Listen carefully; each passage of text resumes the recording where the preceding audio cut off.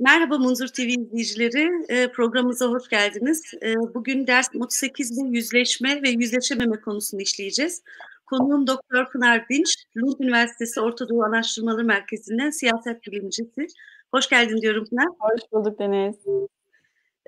Bize zaman ayırdığın için teşekkür ediyorum. Ben teşekkür ederim davetin için. Sana İsveç'le ilgili hiçbir soru sormayacağım. Teşekkür ederim. Bununla İsveç ve korona ile ilgili merak eden arkadaşlar YouTube'a girebilirler. Pınar İsveç muhabiri oldu bu arada. Ya o çok kötü oldu gerçekten. Hiç alanım olmayan bir şey ama hani burada yaşayan bir insan olarak bildiklerimi anlatıyordum. Öyle ama sıkıldım gerçekten. Yeter bence de bu kadar. Sen herhalde evden işlerine devam ettiriyorsun. Yok burası öyle değil işte dinlememişsin gördün mü? Burada açık her şey. Biz çıkıyoruz sokağa sorun yok. Ya onu biliyorum da hani bazı kısıtlamalar getirildiğinden haberdarım ama çok Evet, çok değişiklik yok gündemi burada. takip etmek çok şey. Geçen bir belki bu konuyla ilgili bir haber izlediğimde daha optimistim ama sonra bugün senin haberini dinleyince o kadar olamadım. Bakalım nasıl devam edeceğiz. Evet ben de meraktayım gerçekten. Konumuza girmeden önce senden de daha önce izin almıştım. Öykü Arın'ın ile ilgili küçük bir duyuru yapmak istiyorum. Bugün de annesiyle görüştük, Eylem Şen'le. Sağlığı yerindeymiş.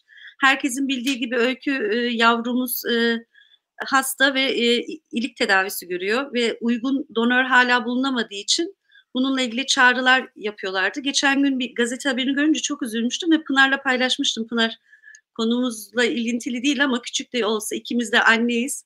Orada yardıma muhtaç sadece tabii ki Öykü Arın değil birçok insan var. Bununla ilgili bir tekrar çağrı yapmak istedim. İlerleyen günlerde de Öykü Arın'ın annesi Eylem'i de programa alacağım. Donör olmanın ve bağış yapmanın önemlerini konuşacağız ve kendi hikayelerini de tabii ki anlatacaklar bununla birlikte. Onunla ilgili küçük bir duyuru yapmak istedim. Bunu başında yapmak istedim. Belki sonuna kadar herkes izlemeyebilir. Biliyoruz koronadan kaynaklı tedirginlikleriniz ve güvensizlikleriniz de var kızlarla ilgili. Ama kan bağışı yapmak ve ilik bağışı yapmak, donör olmak hayat kurtarır ve biz de yarının hasta adaylarıyız ya da sevdiklerimiz olabilir. Bununla ilgili küçük bir duyarlılık çağrısı yapmak istedim. Teşekkür ediyorum Pınar'cığım.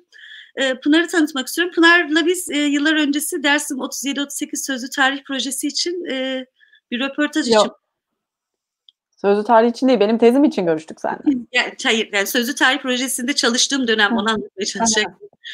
O dönem görüşmüştük Pınar'la ve röportaj yapmıştık. Kendisi bir tezi var ama şu an hala piyasada yok. Zannedersem ilerleyen günlerde çıkacak. Kitaplaştırılacak ama İngilizce olacak diye biliyorum. Umarım ilerleyen günlerde değişir. Günler demeyelim de aylar diyelim. O daha uzun sürüyor biraz o süreçlerimiz ama umarım aylar içinde.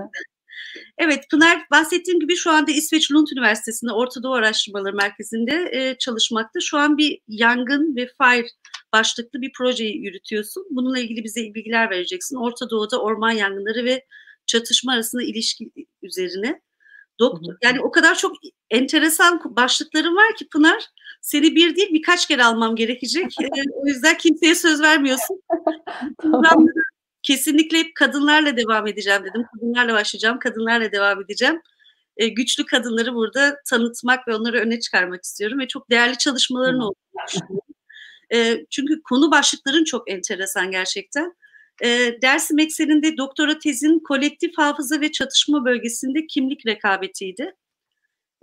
Merakla bekliyorum. Umarım bir gün okuma imkanı bulabilirim. Diğer iki makalen yine Dersim üzerine Türkiye diasporasında Dersim kolektif kimliği üzerine rekabet. Bu da çok enteresan. Ve milliyetçi rekabet ürünleri olarak romanlar ve kısa hikayeler demişsin. Dediğim gibi bugün bütün her konuya değinemeyeceğiz ama ilerleyen zamanlarda, haftalarda ya da aylarda bakalım ne kadar devam edeceğiz. Bir test yayını yapıyoruz. Seni tekrar almak isterim. Şimdi ben Pınar'la geçen konuştuğumuzda şey dedim. Pınar'a soruyu soracaktım. Pınar sen Dersimli değilsin, bu konuyu niye işliyorsun diye. Bana itiraz etti. Kendisi gerçekten fahri bir Dersimli ve şu an Dersim kuşisini görüyorum. Evet, şimdi ilk yayında gördüm sen böyle arkana koymuştun. Dedim ki benim de var. Ben de koyabilirim o yüzden. Senin de sırtımda. Da Dersim puşisi var. Aslında Dersimli değilsin.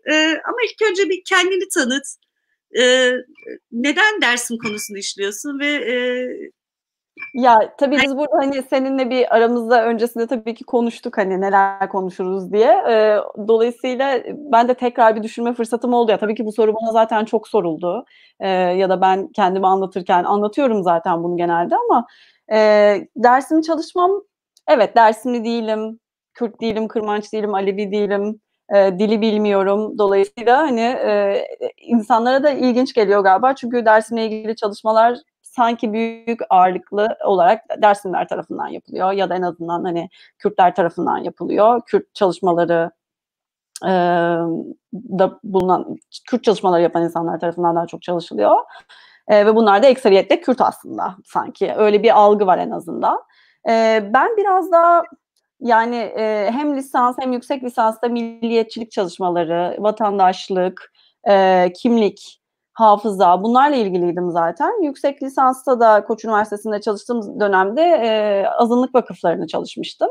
Dolayısıyla doktoraya başladığım zaman biraz daha kendi alanımı da açmak istedim. Kürt meselesine, Alevi meselesine değineyim, neye bakayım derken şimdi düşününce aslında tam da ya ben 2010'da başladım doktora yapmaya. Aslında 2009'un sonunda da zaten bu Onur Öymen'in işte dersinde analar ağlamadı mı lafı vardı falan.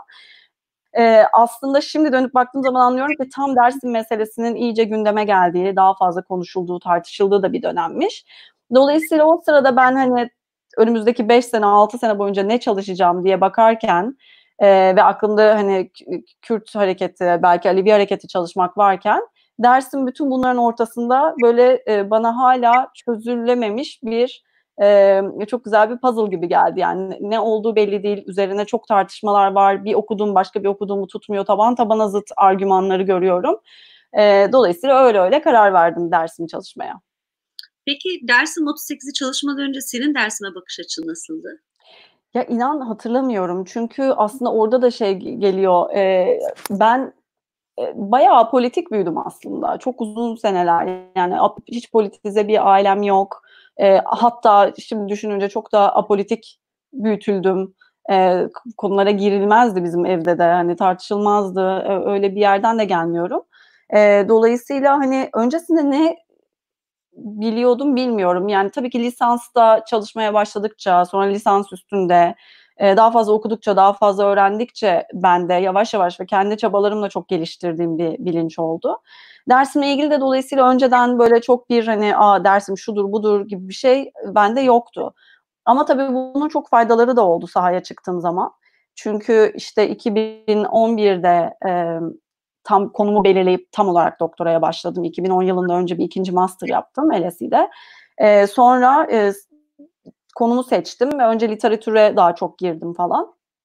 Ama sonra dersime gittiğim zaman bu kadar dışarıdan olmak tabii ki dezavantajları da vardı. Onları da konuşuruz ama çok avantajları da oldu. Çünkü insanlar, konuştuğum insanlar, iletişime geçtiğim insanlar beni şundan bundan, o zaten oraya yakın, buraya yakın gibi bir yere koymadılar. Hani böyle alakasız çıkmış gelmiş işte o dönem zaten işte Londra'dayım. Londra'da doktora yapıyorum. Londra'dan çıkmış gelmiş birisi hani bize bir soru soruyor. Bence birazcık hoşlarına da gitti insanların. Ya tabii ki dersimle ilgili artık çok çalışılıyor. Benim gibi çok insanla karşılaşıyorlar elbette ama hani onlardan bir tanesi de bendim ve bana hikayelerini anlatmaya dolayısıyla, yaşadıklarını anlatmaya, düşüncelerini, fikirlerini, içinden geldikleri siyasi hareketi anlatmak konusunda çok daha gönüllü oldu böylece görüştüğüm insanlar. Bu da benim için faydalıydı elbette bir araştırmacı olarak. Ama öte yandan hani dediğin gibi o Dersimli olmamanın da bir şeyi vardı. Hani ajan mısın şeyinden başladık. Ve işte senin en başta söylediğin gibi tamam sen oldun, sen Dersimli oldun, Fahri Dersimlisin ama Ovacıklı mısın, Hozatlı mısın ona karar veremedik. Yerine kadar geldik süreç içerisinde. Seni bilmiyorum herhalde biraz ovacık diyelim hadi. Gülümür benim Sen demiştin aslında Hozatlı olman lazım, asıl Dersim Hozat diye sen demiştin. konuda tartışıyoruz arkadaşlarla zaman zaman. Tabii ki bu işin esprisi. Peki, Dersim 38 çalışması başlarken hangi kaynaklar ve hangi metotları biraz önce de kısa değindin ama Hı. e, nasıl bir yol çizdin ve sence Dersim 38'de ne oldu? Ve devletin aklında ne vardı? Gerekçeleri neler? Hı. Bunun üzerine biraz bahseder misin? Ya metodlardan bahsedeyim önce. Benim sahaya çıkmam 2014'ü buldu Dersim'e. İlk gidişim 2014'te.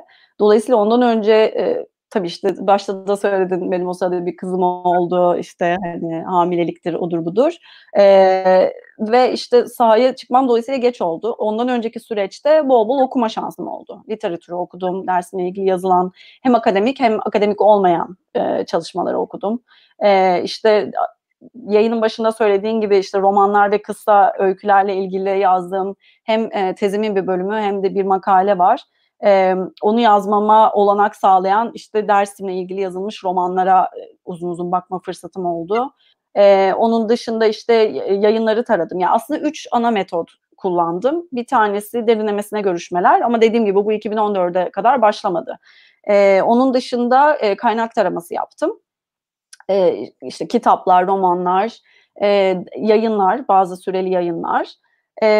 Bir de üçüncü olarak işte gittiğim zamanlardan aldığım notlar, gözlemlerim üzerinden politik etnografi yaptım. Ama bu daha hani daha kısıtlı. Ama elbette orada gittiğinde gördüğün her şey, içinde bulunduğun ortamların hepsi, tanıştığın insanlar, gördüğün mekanlar, o mekanlarda neyin nasıl olduğu, onlar da tabii çok katkıda bulundu tezimi yazarken.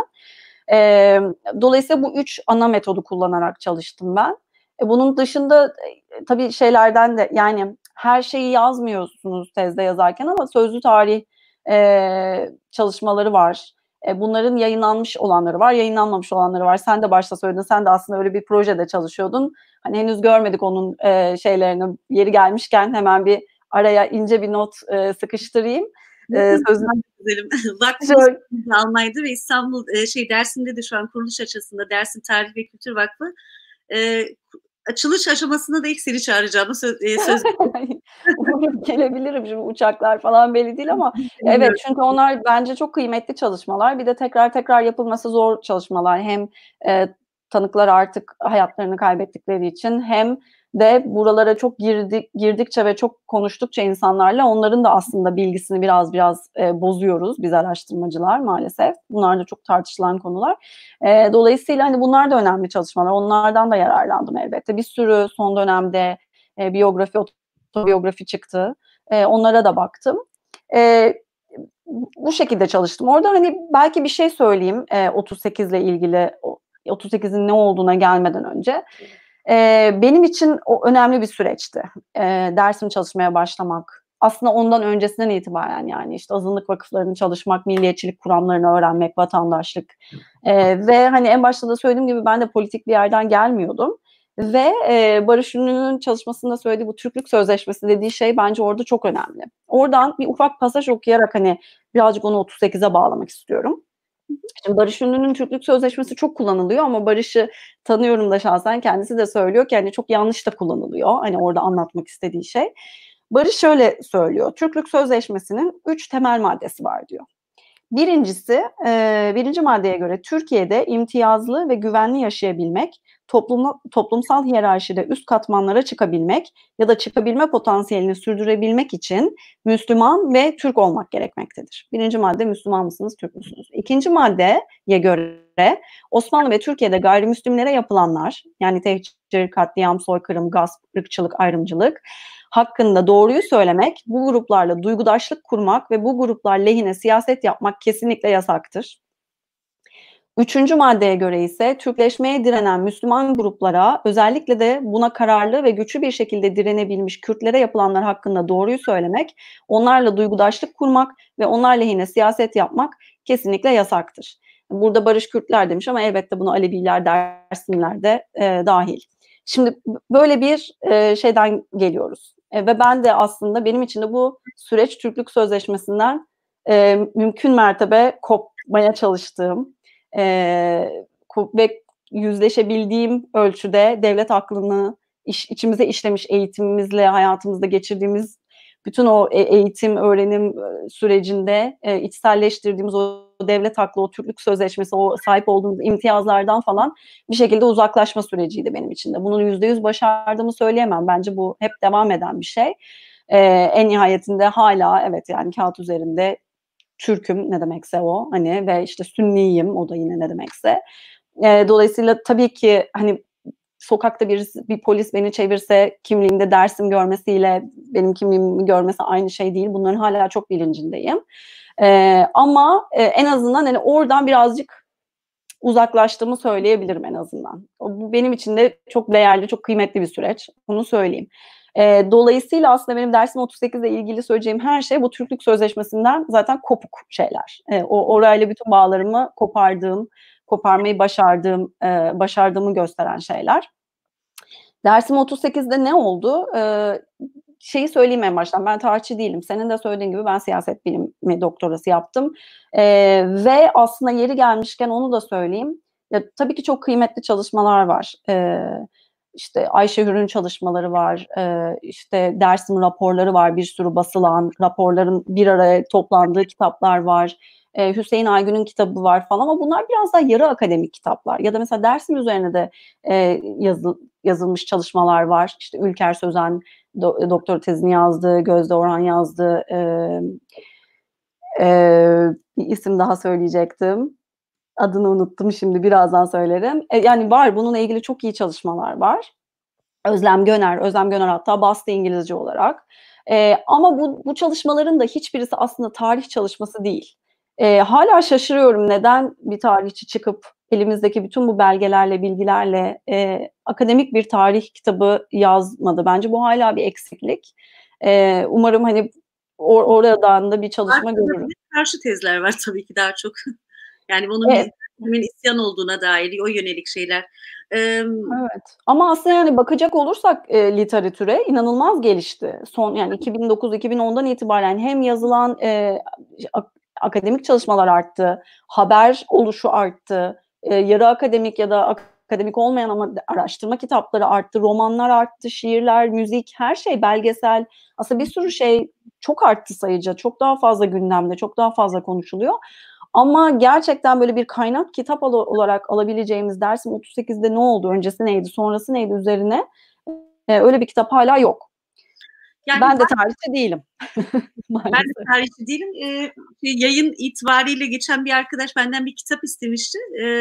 Hasan Demir'in kitabı. Kendisine umarım zaman olursa belki konuk olurum. Ben de var olduğunu düşünüyordum. O kitapları ararken kendi kitaplığımı da düzeltmiş oldum bu şekilde. Dersim ve Alevilik diye böyle bir onları arkama aldım. İlerleyen günlerde arkadaşların da kitaplarını yazacağım. Bu anlamda bir kitabı da belki zamanıyken tanıştırabilirim ya da tanıtabilirim. Önemli bir kaynak olduğunu düşünüyorum. Belki senin gözünden kaçmıştır. Bu Mehmet Yıldız'ın Dersim'in Kültürel Kimliği diye bir kitap. Burada da önemli bilgiler olduğunu düşünüyorum. Belki Dip Not yayınları mıydı? Çivi yayınlarından, pardon, özür dilerim. Bunun önemli bir kaynak olduğunu düşünüyorum. Şükrü Aslan'ın ve diğer yine değerli arkadaşların yazdığı kaynaklar var ama haklısın. Tabii, ama onlar da derleme kitaplar. Şükrü Hoca'nın kitabı falan genelde işte herkesin bildiği sır falan ya da işte bu Dersim konferansından yapılan Dersim'i parantezden çıkarmak falan, bunlar genelde derleme kitaplar. Yani hani dönemine var ya belirli bir süreçleri alan var ama dediğin gibi başından sonuna kadar Dersim'de ne olmuştu dediğimizde belki de bir eksiklik var. Bununla ilgili çalışma yapan arkadaşlar, gerçi geçmişte bununla ilgili kitaplar yayınlandı ama hep maalesef devletin isyan tezini savunan tarih kitaplarıydı.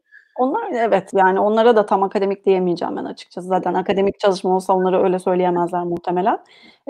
Şimdi Dersim neydi? Yani çok kabaca söyleyecek olursak tarıma elverişli olmayan, dağlık ve yoksul bir yerdi. Çok uzun yıllar boyunca. Ve bu yoksulluktan, sefaletten kaynaklı da tabii ki bir hani eşkıyalık, civar köyleri, sen daha iyi bilirsin, dersin olan sensin ama civar köyleri talan, gidip hani ne alınacaksa alınıp geri gelmek gibi hani böyle bir şey vardı. Sanırım bunu artık hani Dersimler falan zaten söylüyorlar.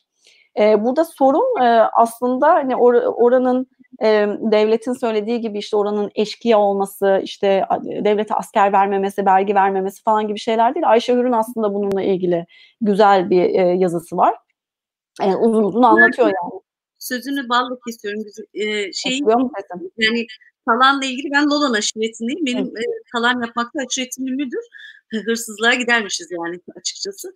Ama bunu genele yaymak doğru değil. Hani 38 sürecine dair yaklaşımı... 38 yok hayır, ben şeyden bahsediyorum. Yani 38 öncesinde Dersim nasıl bir yerdi, neydi?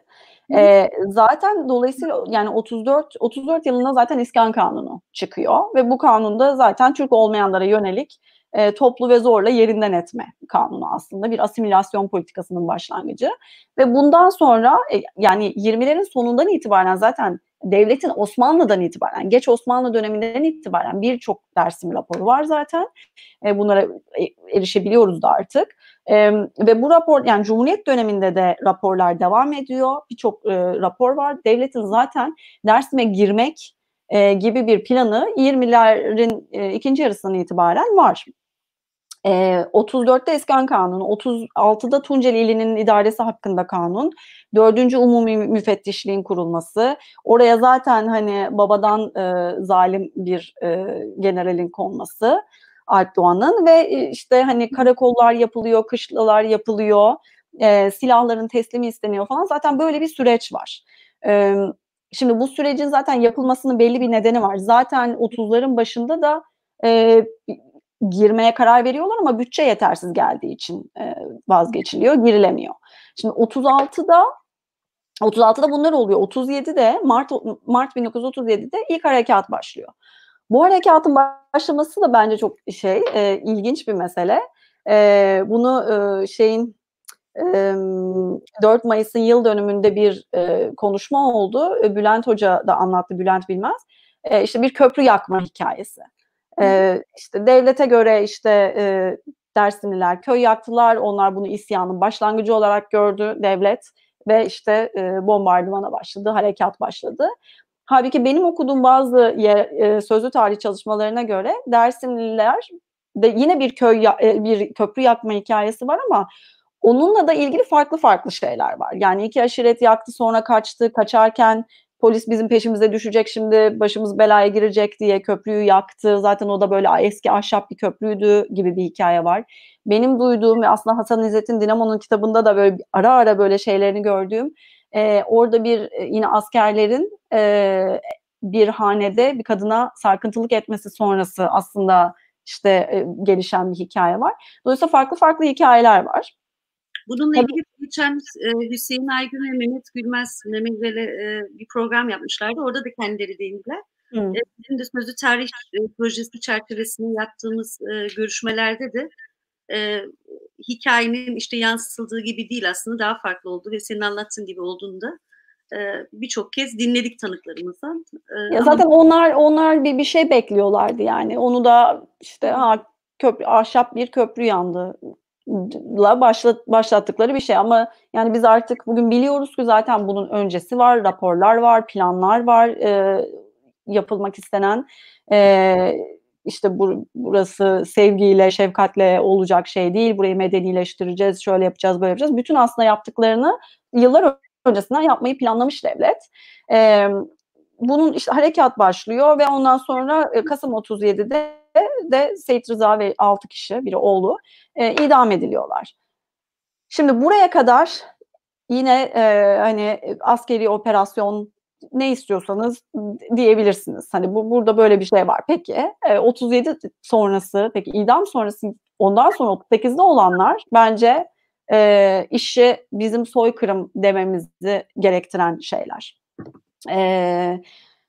Çünkü artık orada hani liderler zaten idam edilmiş, operasyonlar yapılmış ama orada devlet hani tamam bizim için bu konu kapandı, bitti demiyor ve ondan sonra ikinci ve üçüncü harekat ve en sonunda bir temizleme harekatıyla aslında soykırım dediğimiz şey başlıyor. Burada ben geçenlerde Hamit Bozarslan'ın bir röportajını okudum. Orada Ermeni soykırımından bahsediyor ama ondan bahsederken diyor. Soykırım uluslararası hukuk konusu diyor. Ben buna vakıf değilim. Benim için tarihsel sorumluluktur. Bu bir toplumsal meseledir. Ben buna bakarım diyor. Ve ben hani onu okuduğum zaman çok dedim ki evet, yani benim için de öyle. Çünkü soykırım dediğiniz zaman zaten otomatikman şimşekleri çekiyorsunuz üzerinize. Ermeni soykırımı demek bile hala problemli ki hani bu biz değiliz zaten, o Osmanlıydı zaten bizi ilgilendirmiyor gibi böyle hani kenara ittirdikleri halde kabul etmiyorlar. Dersim 1938, hani Mustafa Kemal Atatürk hala sağ, Celal Bayar, İsmet İnönü, bütün bu insanlardan bahsediyoruz. Burada soykırım demek iyice tabii ki riskli bir şey bu anlamda. Ama dediğim gibi benim için de bu bir tarihsel sorumluluk ve aslında hani biraz sonra konuşacağız. Bu benim için 38'de bitmiş bir şey de değil yani. Onun devamı da var. Onu konuşuruz. Ama burada hani soykırım, niye ben rahatlıkla soykırım diyorum buna, onu söyleyebilirim. Bugün izlediğimde Burada da buna değindiğini gördüm ve sosyal medya hesaplarında da bunu çok vurguluyorsun, bunu çok önemsiyorsun ve evet. bu konuda çok takdir ediyorum seni. Çünkü maalesef herkes bu cesareti gösteremiyor. Yani biz Dersimlerin içerisinden bile katliam kelimesini kullanıyorlar. Bugün izlediğim programda da altını çizerek onu, o hashtag'i kabul etmiyorum demeni çok tekrar yürekten kutluyorum Ya Pınar'cığım. evet, yani katliam değil çünkü hani konuşalım, hani mesela 5 tane madde var değil mi? Birleşmiş Milletler'in tanımın, soykırım tanımında 5 tane madde var. Birincisi diyor ki zaten soykırım nedir? Belli bir ulusal, etnik, ırksal, dinsel grubu ortadan kaldırmayı amaçlayan fiillerdir, hareketlerdir. Peki. Birinci madde bu belli bir gruba mensup olanların öldürülmesi diyor. Biz Erdoğan'ın 2011'deki açıklamasından biliyoruz ki zaten yani resmi rakamlara göre yaklaşık 14 bin sivil öldürülmüş Dersim'de bu 2 senelik süreçte. Değişik kaynaklarda bu 40 bin falan da deniliyor ama hadi resmi şeyde kalalım, 14 bin yaklaşık. 13 bin küsür. B maddesi gruba mensup olanlara ciddi bedensel veya zihinsel zarar vermek. Dersim'in hala travma toplumu olduğunu zaten konuşuyoruz. Sen de biliyorum konuşacaksın, bu travma meselesini konuşmak istiyorsun. Yine soykırımın yıl dönümünde Bülent Hoca ile beraber bu travma meselesini de konuşmuştu başka bir akademisyen kadın arkadaşımız. Ve zaten hani bu kadar ölümün, bu kadar katliamın olduğu, bugün Dersim'e gittiğiniz zaman o kayalıkları görüyorsunuz. Hani nerede ne olduğunun hikayeleri ya da dediğim gibi ben işte 60'a yakın derinlemesine görüşme yaptım. Orada duyduğum hani çocukluklarından duydukları hikayeler, oturup annelerinin, babalarının, dedelerinin, ninelerinin daha çok aslında onlara anlattığı hikayeler, yani zaten böyle bir nesiller boyu zaten bu aktarılmış, travma aktarılmış. Dolayısıyla böyle bir ciddi bir bedensel, yani hem insanların canına kastediyorsunuz hem de zaten zihinsel de bir baskı yaratıyorsunuz ve zarar veriyorsunuz insanlara. Bu da tamam, yani bu da uygun tanıma. C maddesi diyor ki grubun bütünüyle ya da kısmen fiziksel varlığının ortadan kaldırılacağı hesaplanarak yaşam şartlarını kasten değiştirmek. Şimdi 14 bin kişi yaklaşık öldürülüyor ama yaklaşık 13 bin kişi de zorla yerinden ediliyor. Bunun çalışmaları var. Sibel Yardımcı ve Şükrü Aslan'ın, hatta benim çalışmamda da kullandığım bir haritaları var. Batıya doğru nasıl sürüldükleri. Yine Hüseyin Aygün'ün kitabında çekirdek aileleri dahi parçalamak suretiyle aslında ailelerin parçalanarak batıya sürüldüklerini biliyoruz.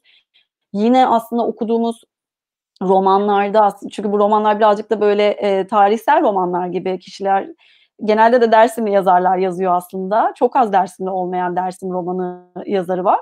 Ve hani bu hikayeler tabii ki birazcık da içinde büyüdükleri hikayelerden oluşuyor.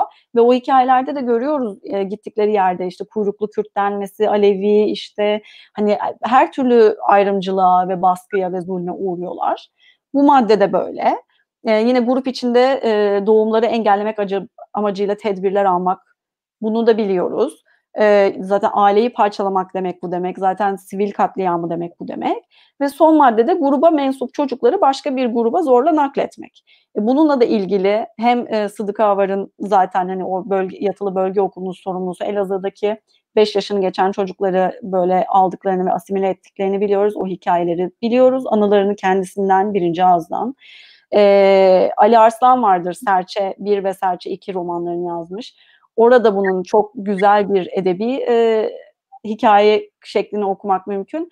Ve tabii hani birçok insanın bildiği Gündoğanların, Nezahat ve Kazım Gündoğan'ın Dersim'in Kayıp Kızları hikayesi var, belgeseli var. Dolayısıyla bütün bunlar var. Bunların da ötesinde Erdal Doğan, onu da zannediyorum hani konuk alacaksın. Gelir umarım, o da sana anlatır daha detaylı bunu. O bir uluslararası hukuk konusunu bilen birisi olarak. Onun 2012'de Lahey Uluslararası Ceza Mahkemesi'ne bir başvurusu var ve kabul edilmiş bu başvuru. Ve kayıt esas numarası verilmiş. Yetki alanımızda girdiği anda işleme alacağız diye de belirtilmiş. Dolayısıyla Dersim 38 benim için bir soykırımdır. Bence bu maddelere baktığımız zaman bunu görmek son derece mümkün ve net. Ama dediğim gibi dileyen soykırımda demesin. Bunu istediğini desin ama hani en azından şu bildiğimiz belgeli şeyleri açıkça ortaya koysunlar. Canları istemiyorsa yine soykırım demesinler. Başka bir şey söylesinler. Sen Tertele bizim Dersimlerin yerel kullandığı Kırmançki ana dilin, yani bizim Dersimlerin konuştuğu ana dilimizle ilgili de o terimi de zaman zaman kullanıyorsun. Ama Türkçe kullanacaksak yani bunun adı soykırımdır ya da diğer türlü pardon özür dilerim, soykırım ya da Terteli isminin kullanılması ve Evet. katliamın aslında bu yaşanan vahşeti yansıtmadığını, yani çok net ve keskin bir şeyim var o konuda. Gerçekten bugün dinlerken dedim gerçekten yani bizim Dersimler bile katliam kelimesini kullanalım. İşte yumuşak geçişler yapalım. Çünkü Ermeni soykırımı, soykırım deyince Ermeni soykırımı akla geliyor biliyorsun. Dün de 19 Mayıs'tı. Pontusların soykırım yıl dönümüydü ama Türkiye'de daha çok 19 Gençlik ve Bayramı ya da değişik bayramlar adı altında, hatta kutlayanlar bile ne olduğunu bilmeden kutluyorlar. TRT bilmiyor ne olduğunu. Ve ben sana bu konuyu konuşalım dediğimde senden işte biyografini ve bir başlık, hani konular ne konuşabiliriz, bana test makale başlıklarını da yolla dediğimde aslında bu programın ismini sen seçtin. Ve parantezin içerisinde de bir işte yüzleşme ve yüzleşememe ismini koydum. Neden bu ismi seçmek istedin? Yani çünkü hani bence ne tarihle yüzleşebiliyoruz ne de sonrasında da yok. Yani bir yüzleşme yok. Aslında az önce söylediğim işte bu Barış Ünlü'ye referanslı Türklük Sözleşmesi. Türklük Sözleşmesi o kadar baskın ki, o kadar hakim ki buradan çıkmak çok zor oluyor. Yani devlet aklı dediğimiz şey, şimdi ben bununla da ilgili bir çalışmaya bir bölüm yazdım ve o bölümde de aslında bu biraz daha yakın dönem işte Erdoğan'ın özrü çerçevesinde, özrü tırnak içinde söylemek lazım ama bu özür çerçevesinde neler dedi, neler oldu, birazcık bundan bahsettim o kitap bölümünde ve orada benden birazcık devlet aklı kavramıyla haşır neşir olmamı istemişti editörler. Onu yaptım ve bir kez daha fark ettim ki bu devlet aklı hep aynı aslında. Yani bu tarihte kalmış, geçmişte kalmış bir şey değil ki. 38'de olmuş, ondan sonra 93-94'te olmuş, ondan sonra 2015 sonrası tekrar olmuş. Hani bu çok kendini tekrar eden bir süreç. Dolayısıyla benim için o yüzleşme, yüzleşememe, bunu kabul etme, edememe, çünkü bu devlet aklından sıyrıldığınız ölçüde yüzleşebiliyorsunuz. Yani ne oldu? Geçmişte ne oldu? Peki sonra hani bununla ilgili bir özür dilendi mi? Neler yapıldı, neler yapılmadı? Bununla ilgili hiçbir şey yok. Dolayısıyla ama yine dediğim gibi işte Erdoğan'ın özrü falan döneminde o gelen yüzleşiyor muyuz? Artık her şeyi konuşuyoruz falan gibi bir şey oldu ama hani biraz dikkatli baktığımızda ki bununla da ilgili akademik bir çalışma var. Bir makale yayınlandı. Bu özür çok araçsal tabii bir özürdü. Kısmen o dönem yeni CHP'nin başına geçen Kemal Kılıçdaroğlu'na belden aşağı vurmak, sen ne biçim Dersimlisin, bak sen bunu yapamıyorsun, ben söylüyorum demek. Kısmen de tabii AKP'nin Kemalizmle hesaplaşması. Kemalizme ben bir de buradan vurayım şeydi. Ama tabii ki o özür metninin analizini yaptığınız zaman nasıl özür diliyor? Aslında dilenecekse dilerim diyor zaten. Ama hani onun da geçiyorum. Necip Fazıl'ın kitabını gösteriyor. Necip Fazıl'ın kitabını ben getirdim. Ta Lund'da benimle kocaman bir raf dolusu Dersim kitabı bende de var burada. Necip Fazıl ne diyor? İşte Son Devrin Din Mazlumları kitabında zaten yani o kitapta toplanmış şey diyor, yani bizim din kardeşlerimizdir diyor. Erdoğan da özünde aynı şeyi söylüyor. Dersim diyor Alevi değildir, Kürt değildir, işte şu değildir, bu değildir. Yo hayır, yani Dersim Alevidir. Dersim Kürttür, Dersim Zazadır, Dersim Kırmanç'tır, Dersim Ermenidir.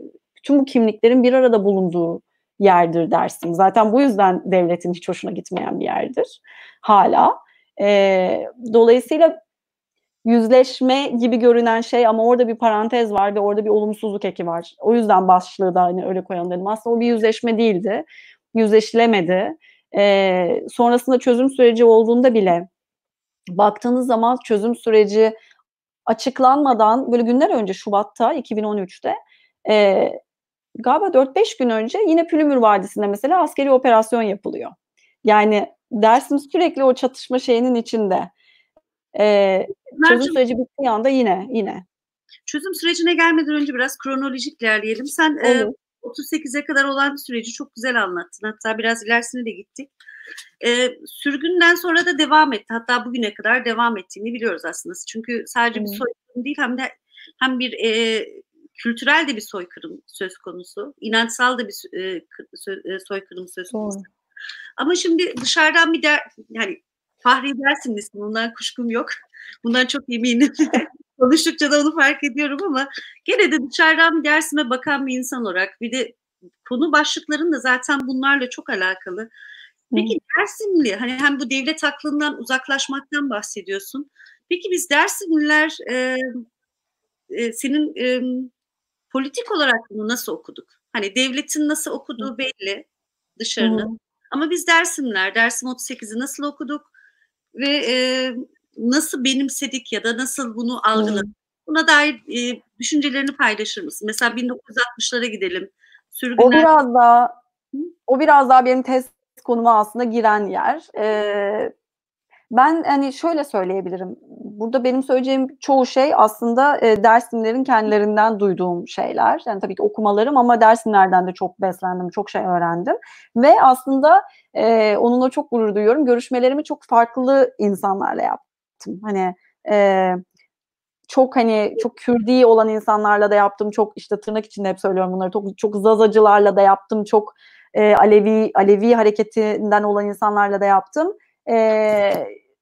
Dolayısıyla hani bu değişik şeyler. Ama bunlarda ortaklaşan bazı şeyler de vardı. Argümanlar da vardı. Bunlardan bir tanesi aslında tabii bir dönem bir sessizlik oluyor. Hani konuşulmuyor. Hatta Dersimler çocuklarını son derece cumhuriyetçi, laik yetiştirmek istiyorlar. Bunun çeşitli nedenleri var. Hem korkuyorlar hem çocuklarının başına kendi yaşadıkları gelsin istemiyorlar. Böyle bir süreç var ama 60'ların sonunda özellikle sol hareketin Türkiye'de güç kazanmasıyla beraber Dersim'de yeniden o şey geliyor. Yani Dersim'de de o var. Tabii Alevi olmalarının verdiği de bir şey var. Yaşadıklarının belki toplumsal travmanın da verdiği bir şeyle. Aleviler çok içinde bulunuyor bu sol hareketlerin. Değişik sol hareketlerin. Hem silahlı hem silahsız. Ve aslında hani hem kadrolarda çok kilit roller alıyorlar bu hareketlerde, hem sol hareketler, yani saha olarak verimli bir saha, silahlı örgütler açısından, hani dağları, mağaraları saklanacak, ya vadileri falan.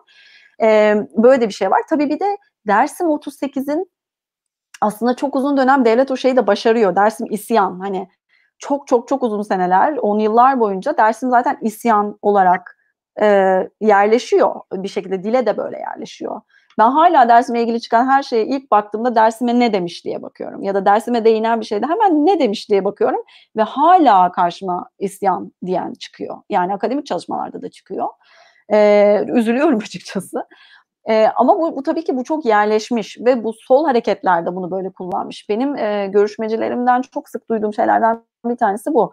Yani sol hareketler Dersim'e geldi ve dediler ki işte siz şanlı bir direniş sergilediniz, siz işte kendi devletiniz için isyan ettiniz, siz silahla direndiniz, siz silahlı savaştınız bu işte merkezi hükümete karşı falan gibi. Buradan beslenen bir şey var. 70'lerde de bu böyle. Tabii 80'lerde, özellikle 90'larda hem PKK hem TİKKO sanırım hani biraz daha böyle o şey iyice karışıyor. Zaten o da süreci 93-94'e götürüyor. 93-94'te sen daha iyi bilirsin ama ikinci tertele diyorlar değil mi? İkinci soykırım deniyor 93-94'te olan bir tane şeye. Ya benim çok hafızama kazınan bir anekdot Bega Hesene'nin sözüydü. Dersim'de Sözlü Tarih Projesi'nde fotoğrafını çekiyordum. Kendisi ölülerin altından kurtulmuş bir amca. Parmakları işte süngülerle kopmuş.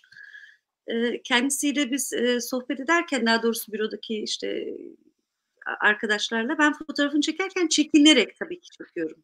Bir yandan da hani sohbet ediyorlar, rahatsız olur mu, onu incitir miyim fotoğraf çekerken. Daha sonra kızım beni niye çekiyorsun dedi. Dedim amcacığım siz bizim için çok değerlisiniz. Hani ondan sonra o dedi kızım dedi, biz dedi şey yapınca dedim gençler ciddiye almıyor. İşte siz kataküle anlatıyorsunuz diyerekten böyle bir söylemde bulundu. Sonra bana şeyi söyledi. 38 geldi geçti ama dedi 94 çok kötüydü dedi. Yani 94 böyle bir vurgu yaptı ki çok hep beni düşündürür onun söyledikleri. Çünkü 38'de ölülerin altından kurtulmuş. Zannedersem kardeşiyle. Gidip hatta bir köye sığınmışlar. O köyde işte devlet gelip bizi kırar diye köyden gidip dağlarda saklanmışlar uzun bir süre. Bu kadar sefalet, bu kadar acıyı şahit olmuş bir insanın 94'ü böyle adlandırması beni hep düşündürür. Maalesef sevgili Devrim Tekinoğlu'nun daha 94 belgeselini izleyemedim. Biz hep tabii 38 94 ile ilgili küçük küçük anekdotlar ikide bir duyuyoruz ama yakın zamanda da Devrim'i de konuk almak istiyorum. Belgeselini de umarım o zamana kadar izleme şansı bulurum. Beni çok düşündüren bir nokta gerçekten. Yani 94'te ne oldu? Mesela ben şöyle hatırlıyorum. İşte özgür politikada gündemdi herhalde. Babamın köyü işte Harşi, Kırmızı Köprü'ye bağlı bir köy. Kovuklu yeni ismiyle. Orada bir orman yangını olduğunu okumuştum. Mesela ben senelerce de babamın köyüne gitmedim. Hem Almanya'daki ticaretten. Yani 94 de aslında çok enteresan bir konu. Yani 38'likten sonra da 94 sen de biliyorsun araştırmalarda hep aynı köyleri boşaltmışlar. Yasak bölge ilan edilince gene hep 38'de hangi köyler ilan edilmişse aynı köyler ilan ediliyor. Orada da bir süreklilik var yani o da bayağı etkileyici ve o Anadolu'nun deyişi çok beni etkiledi. Yani her zaman. Bu benim görüşmelerimde de çok çıktı yani 93-94 bizim için perişanlıktı. Onun etkisinden hala kurtulamadık. Hani çünkü şey çıkmıştı görüşmelerimde. Hani aslında 38 sonrası hani yıllar geçti. Biz bir şekilde toparladık. Bazıları geri döndü. Yeniden evlerini yapmaya başladı. Yeniden hayvan aldılar. Yeniden hani bir düzen kuruyorlardı falan ve tekrar tarumar etti. Dendi çok. Hani çok duydum onu tabii. Yani üstümüzden geçti resmen ve ondan sonra da artık insanlar da geri dönmedi. Çünkü hani seneler geçmiş o travmayı bir şekilde hani çözmeye çalışmış, geri dönmüş, bir şeyler kurmaya çalışırken bir daha böyle bir yıkım. Üstelik bu kadar yakın bir zamanda. O çok ağır olmuş. Yıkıcı olmuş. Ben de şeyi hiç unutmam burada. Ben görüşme yapmamıştım. Adamcağızın adını bile hatırlamıyorum ama böyle yine Dersim'deydik. Bir adam vardı. Bir rakı sofrasıydı. O böyle yani resmen koskoca adam böyle gözümün önünde kıpkırmızı ve böyle gözlerinden yaşlar gelerek anlattı yani. Yani dedi ki yaktılar, yıktılar, perişan ettiler ve böyle zaten o benim ben görüşmecilerime konuşurken herhalde tanıyanlar söyleyecektir yani çok çok ağladığım oldu. Böyle karşılarında ne diyeceğini bilemiyorsun, ne tepki vermen gerektiğini bilemiyorsun. Çok zor hikayeler var. 93-94 kesinlikle bunlardan bir tanesi. Ya orada tabii şeyler de duydum yani örgütlere de kızan duydum. Onlar da yaptılar. Ne bileyim ileriden bir ateş hani bir silah sıksalardı da hani asker bizim köyümüzü yakacağını oraya gitseydi falan. Dediğin gibi Devrim'in bu 1984 belgeseli çok güzel. Ben izledim. Bence de hani yakın dönem çok yani iyi bir iş.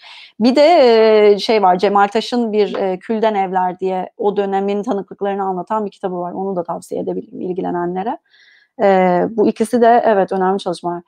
93-94 zaten işte hani sonra da 2000'ler geliyor. 2000'lerde gitgide artıyor. 90'lardan itibaren aslında ya orada birazcık Avrupa falan da giriyor devreye. Avrupa'da da bir uyanış var. 80 sonrası özellikle Avrupa'ya giden siyasi mülteciler orada da örgütleniyorlar. Oranın ortamından yararlanıyorlar. Bu da görüşmelerinde çok çıkan bir şeydi. Ve aslında şey de duymuştum. Gençler dağılıyordu yani hani Almanya'dalar ve işte gençler hani hiç politik değil, kendilerini bilmiyorlar, tarihlerini, kimliklerini, inançlarını, hiçbir şeylerini bilmiyorlar ve dağılıyorlardı. Onları bir araya getirmek istedik diye bu Dersim cemaatlerinin kuruluşları ile ilgili hikayeler duydum. Onun dışında ama tabii ki Türkiye'de çok örgütlü bir hani Kürt hareketi var. Bunun da tabii ki yansımaları var. Bu örgütün Almanya'daki ya da Avrupa'daki genel hareketi var, çalışmaları var. Dolayısıyla bu beraber hareket etti. 2000'lerden sonra, 2010'lardan sonra hep artarak orada bir işte benim tezim biraz daha o şeyle de alakalı. Orada hem Dersim neydi yeniden yaratılıyor, inşa ediliyor bir şekilde. Dersim neydi? İşte şey gibi bir süreç var. Dersim isyandı, ondan sonra askeri operasyondu, katliamdı, soykırımdı falan gibi böyle bir hani tanım gitgide oturuyor. Ama o tanımdaki gitgide oturma kimlikte olmuyor. Kimlikte tam tersi bir bölünmeye gidiyor. Ve işte bu bir işte Alevi soykırımıydı, Kürt soykırımıydı, Zaza soykırımıydı. Hayır, o Zaza değil, Zaza Sünnilik demektir. Hayır, Kırmançtı. Kırmanç mı, Kurmanç mı falan, böyle karma karışık. O sonra Ermeni, hayır Ermenidir aslında Dersim'in çoğu Ermenidir, kripto Ermenidir diyenler oldu falan. Dolayısıyla kimlikte bu gitgide bölündü. Bu siyasi rekabeti çalıştım ben doktora tezimde. Hala da çok kafamı kurcalayan, şimdi kitabı yazarken tabii tezi olduğu gibi veremiyorsunuz, yeniden düşünüyorsunuz her şeyi. Şimdi hala çok düşündüğüm ve bence hala çözülmemiş de bir mesele. Dersimler kendi aralarında da çözemiyorlar. Anladığım kadarıyla. Sen daha iyi bilirsin. Maalesef çözemiyoruz. Aslında şöyle diyeyim, çözemiyoruz derken aslında ne olduğumuza dair bizim büyüklerimizin söylemini esas alırsak, yani nenemizin, dedemizin, mesela ben annemden örnek vereyim. Annem bizden kendisine Kürdüm diyordu. Dedim peki senin annen kendisine Kürt diyor mu? Hayır. Yani siyasete bulaşmış biraz, hem de 90'larda işte Kürtlerin yoğun baskı altında, hala gerçi baskı altındalar ama o kimliğin inşasında hem de şehirde, mesela biz de kendi ana dilimizi maalesef bilmiyoruz. Benim annem babam işte solculuk yapıyordu. Babam 80'de içeri girdi. Daha sonra 96'da abim girdi. Bizim dediğim gibi üst kimliğimiz Dersim kimliği değildi. Hı hı. Yani orada yaşlarda da hissediyoruz. Mesela bizim ana dilde röportaj yaptıklarımız ya da sohbet ettiklerimiz çok kesin ve net. Aslında orada bir kafa karışıklığı yok. Ama Kırmancım diyor. Hani orada kimliğini ifade ederken inanç odaklı bir Kırmanç kimliğinden bahsediyor. Ama Türkçe konuşunca bazen sürçülisan ediyorlar. Yanlışlıkla işte Zaza da diyen oluyor, Türk'üm de diyen oluyor, Kürdüm de diyen oluyor. Hani bilinçli söyleyenler de oluyor ama bence ana dilinde sohbet ettiğinizde aslında olay çok net. Bir kafa karışıklığı yok. Deniz ama yani herkes Kırmanç gibi konuşuyor. Kurmancı konuşan da var Dersim'de. Ana dili Kürtçe olan da var. Tabii ki var. Mesela Mazgirt'te var, Pertek'te var ya da Hozat'ın o ara geçiş yerlerinde de var, Çemişgizek'te var ama bazıları da aslında çok sonradan gelmiş ama iç Dersim aslında Kırmançki konuşuyor ya da bizim Pülümür Kırmançki konuşuyor. Ve bu konuda yaşlarımızla konuştuğumuzda çok net. Şimdi Zazaki ya da Zaza dili olarak bunu bahsedecek olursak tabii ki literatürü artık bu şekilde geçmiş. Yani işte Ludwig Paul diyelim ya da birçok arkadaşlar bu konuda çalışmalar yapmışlar geçmiş dönemde. Bizim Dersim ya da Dersimli olmayan arkadaşlar Zazaca'nın ya da Kırmançki dilinin kendi başına ait bir dil olduğunu, ama bunun işte standart ya da işte artık literatüre Zazaca girdiğinden kaynaklı öyle bahsediyor. Mesela ben yazı yazacaksam ya da işte bahsedeceksem genelinde iki terimi de kullanıyorum. Ama bizim, yani benim esas aldığım bizim yaşlıların kendini ifade ettiği şeklidir ama onun haricinde sen de biliyorsun artık DNA üzerinden ya da genetik kodlardan yürüyemeyiz. Sosyokültürel bir gerçeklik var. İnsanlar kendilerini hangi şekilde ifade etmek istiyorlarsa o şekilde ifade ediyorlar. Bizimkiler çok keskin hatlar belirlemişler. Yani bizimle aynı dili konuşan, Kırmançki ya da Zazaki konuşan insanlarla eğer inançları bile farklıysa şey yapar. Mesela ben seni alıp Dersim'e götürsem bana ilk soracakları şey sorusu olur. Marao, hani bizden mi? Marao nedir? Alevi inancından mı? Kızılbaş mıdır? İlk başta merak edeceği konu odur. Yani dili konuşup konuşmamandan çok senin inanç kimliğin daha çok önemlidir bizimkiler için. Tabii ki herkese kapımız açık, herkese bir gözlerini bakarız ama hani soru oradan başlar ilk başta. Nereli diye sormaz. Namarov bizden midir? Ama nereli olduğun çok önemli değildir. Dersim ekseninde bakınca da aynı coğrafyada yaşayan, farklı dilleri de konuşsalar, inanç kimliği Alevi olan ve Dersim Aleviliği de biliyorsun diğer yerlere göre çok çok farklı. Kendine özgü bir yanı var. Hı hı. Ondan kaynaklı kimlik aslında çok net ama hem işte bu nasıl ki Dersim isyan denildiğiyle ilgili, ben mesela Almanya geldiğimde de hatırlıyorum. İşte Dersim isyan, işte Zazalıcılar vardı, Kürt. Hala o tartışmalar devam ediyor. 30 yıldır, herhalde bir 30 yılda daha devam edecek.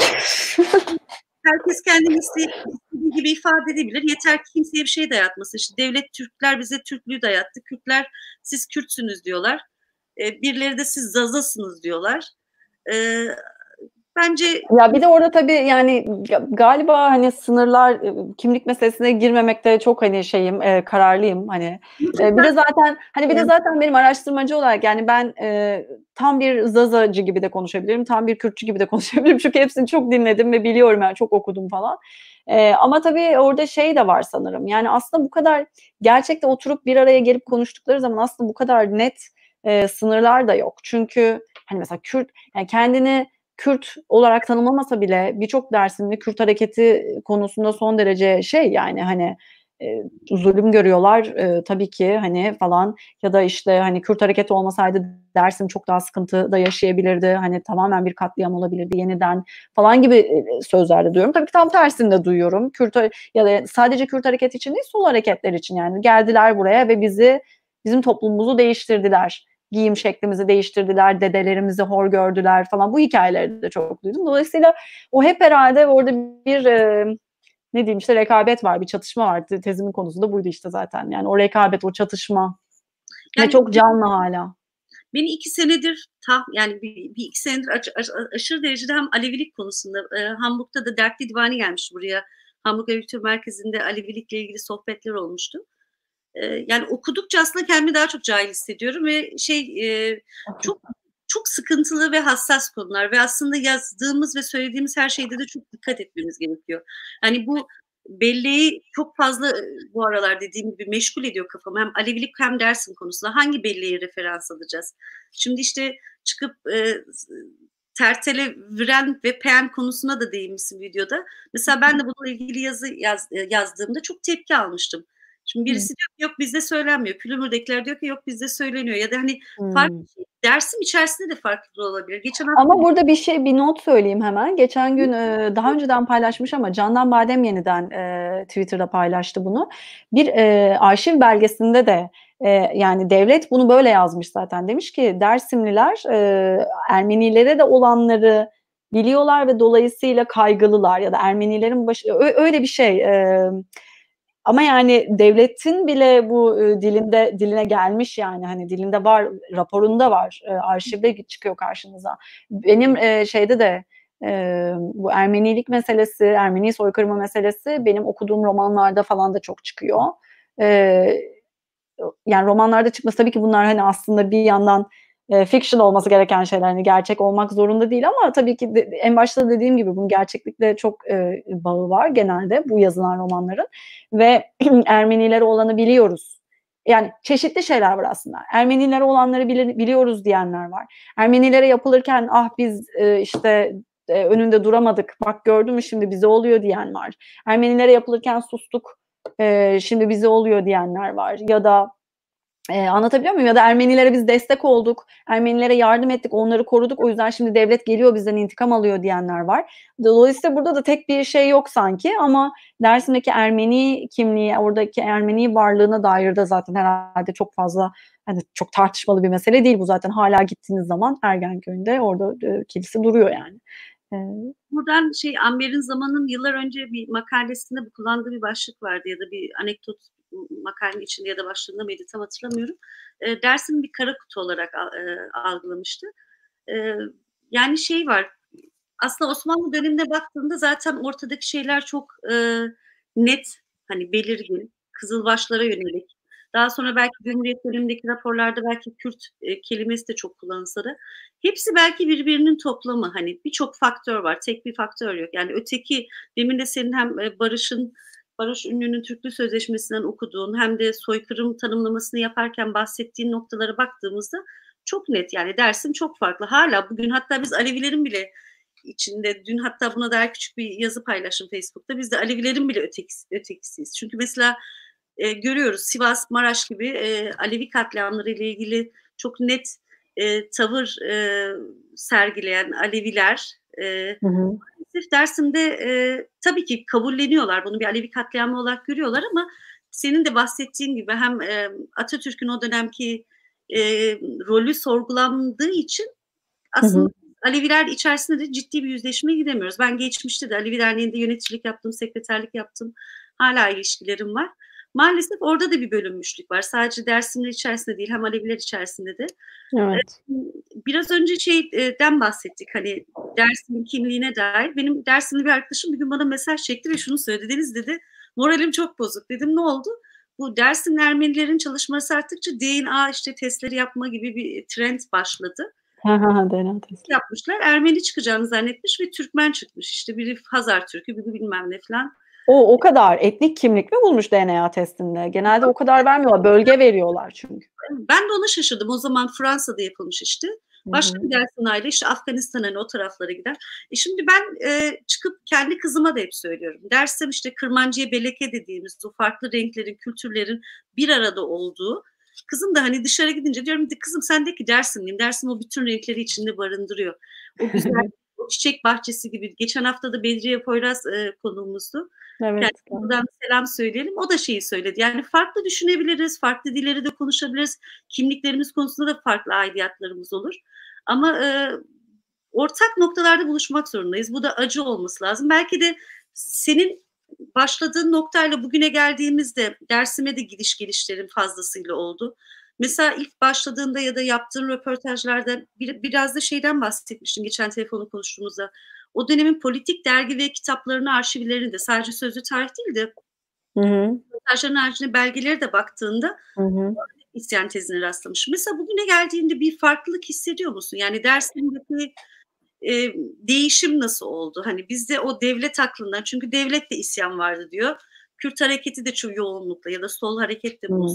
Bugüne geldiğinde farklı bir şey görebiliyor musun? Bir değişim var mı? Ya sanırım artık hani isyan olmadığını daha çok hani o tanımlar konusunda bence gitgide hani soykırım diyemiyorsa hani çeşitli politik nedenlerle demek istemiyorsa tercih etmiyorsa katliam diyorlar.